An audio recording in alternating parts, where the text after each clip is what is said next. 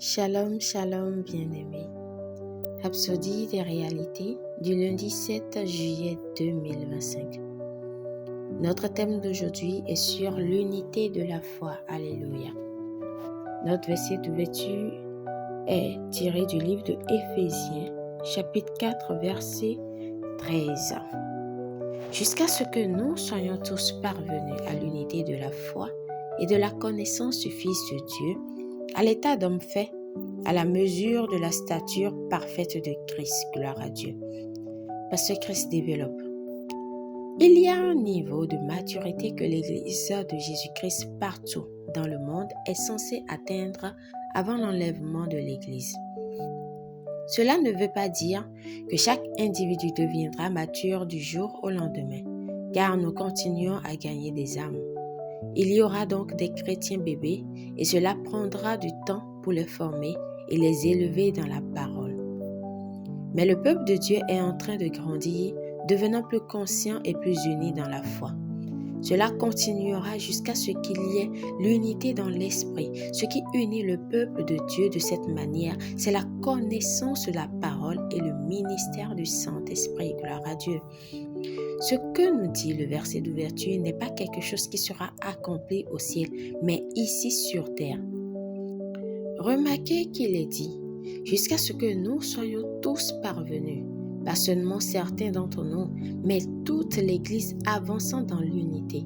Même les bébés en Christ qui ne savent pas grand-chose sont censés suivre les conseils de ceux qui marchent avec le Seigneur depuis plus longtemps.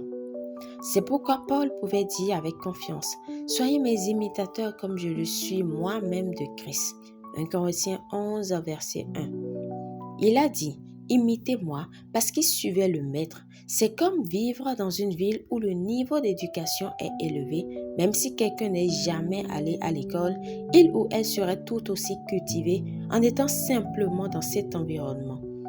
En Christ, nous vivons dans la ville spirituelle de Dieu.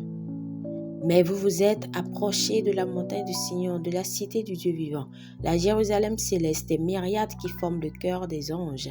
Hébreux 12, verset 22. Nous participons tous à cette croissance du corps de Christ en apprenant la parole, en suivant les directives du Seigneur et en aidant les autres à grandir en lui jusqu'à ce que nous, l'Église, arrivions à ce stade de maturité et d'unité parfaite que décrit la parole. Assurez-vous de jouer votre rôle, gloire à Dieu. Prière. Cher Père, merci pour le ministère du Saint-Esprit et la connaissance de ta parole qui nous unifie et nous fait mûrir en Christ. Je m'engage à être un exemple digne pour ceux qui entrent dans le bercail. Alors que je suis Christ, je guide les autres par mes paroles, mes actions et ma dévotion envers toi. Merci pour ta grâce qui me donne la capacité de marcher chaque jour dans ta sagesse et ta vérité. Au nom de Jésus, Amen. Pour une étude approfondie, nous lisons Éphésiens 4, versets 11 à 16, 1 Pierre 2, verset 2. Nous aimerions vous donner l'opportunité de recevoir le Seigneur Jésus-Christ comme Seigneur et Sauveur de votre vie. Si vous croyez qu'il est Dieu et que Dieu l'a ressuscité d'entre les morts, faites cette prière avec moi de tout votre cœur.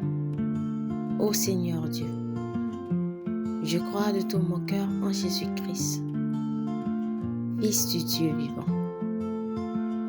Je crois qu'il est mort pour moi et Dieu l'a ressuscité des morts.